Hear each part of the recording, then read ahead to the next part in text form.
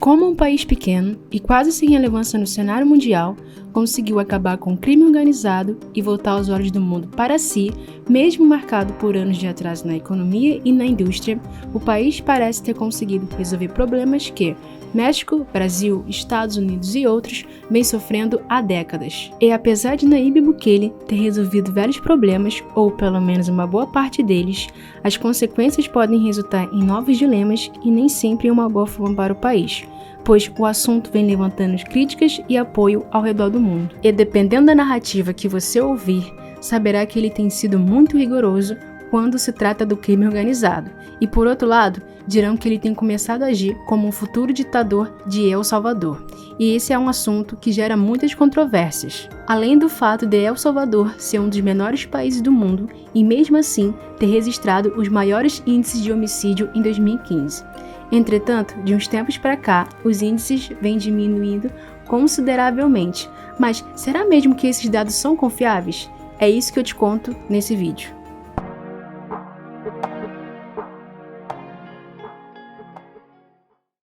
El Salvador é um pequeno país na América Central, banhado pelo Oceano Pacífico e que foi colonizado pelos espanhóis. Viveu momentos trágicos e difíceis no decorrer de sua história, tanto que vivenciou uma dolorosa guerra civil no ano de 1979, que perpetuou por muitos anos seguidos de intensos conflitos armados. Fome, miséria, corrupção e crime organizado foi algo muito vivido por várias gerações. Problemas quase irreversíveis eram fatores muito presentes em um país dominado pelo crime organizado, corrupções políticas e atrasos na economia. Um lugar tomado por lobos em pele de cordeiros e grandes promessas de um El Salvador melhor e que serviria de exemplo para países do Caribe, antes era apenas um sonho.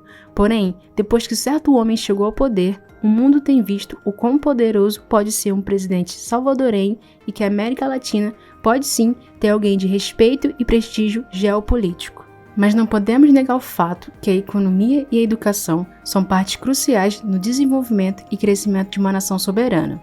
E devido a muitas dificuldades no passado, era quase impossível pensarmos em um crescimento exponencial de um país como El Salvador, que durante muito tempo a base de sua economia foi o café, o camarão, a cana-de-açúcar e a agricultura que respirava por aparelhos, pois não utilizava nenhum equipamento moderno ou uma tecnologia de ponta.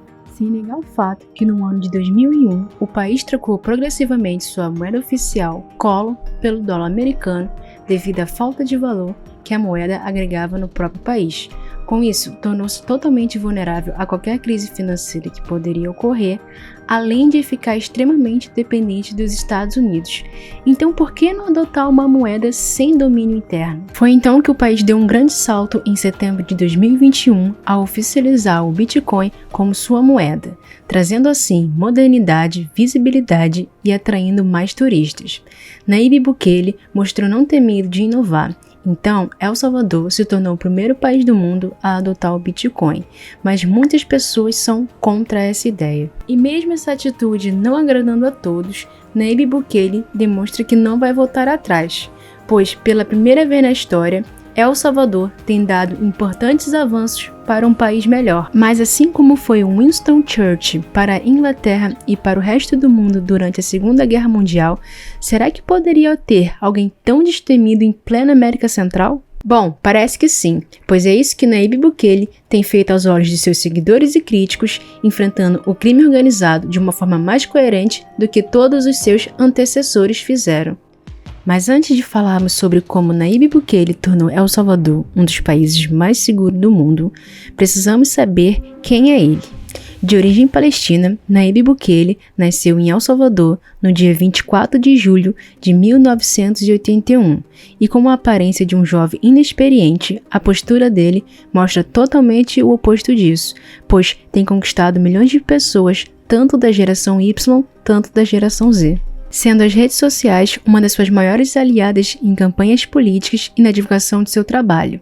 Mas antes de se tornar presidente, ele já tinha sido prefeito de uma cidade de El Salvador no ano de 2011, onde realizou um bom trabalho. O mais jovem presidente de El Salvador já eleito em 2019 e reeleito em 2024, sendo que teve que equilibrar as leis do país, pois em El Salvador não era permitido a reeleição. Fora isso, ele tem demonstrado ser muito capaz de resolver problemas polêmicos e até mesmo julgar contra os direitos humanos, o que faz as pessoas de esquerda o chamá-lo de autoritário e um grande ditador desse século. Porém, o crime organizado não pode ser maior que o Estado, pois, tendo El Salvador duas das maiores organizações criminosas do mundo, sendo elas Mara Salvatrucha e Bairro 18, Nayib Bukele construiu o maior presídio de segurança máxima da América Latina, sendo os muros de concreto armado e arame farpados eletrificados. Além disso, conta com 600 militares e 250 policiais. O Secote tem capacidade para 40 mil detentos. E apesar de haver muita rivalidade entre as gangues no presídio, isso não é levado em conta e, portanto, não existe nenhuma separação por gangues. Além de todas as atividades serem realizadas dentro da cela, desde comer até tomar banho e escovar os dentes, pois nas estruturas das celas existem apenas 2 tanques para tomar banho e 2 vasos sanitários sem qualquer tipo de privacidade.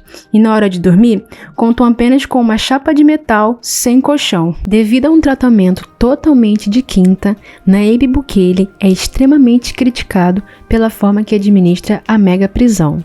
Além do mais, ele parece não estar se importando muito com os direitos humanos. Por outro lado, o que ele mais tem feito no seu canal no YouTube é mostrar todo o progresso que tem realizado em El Salvador, seja na construção de estradas, escolas, hospitais ou na realização dos Jogos da América Central. Com tamanho investimento e um progresso considerável, o que chamou muita atenção além da conta foi quando o governo chinês doou 54 milhões de dólares para a construção de uma biblioteca.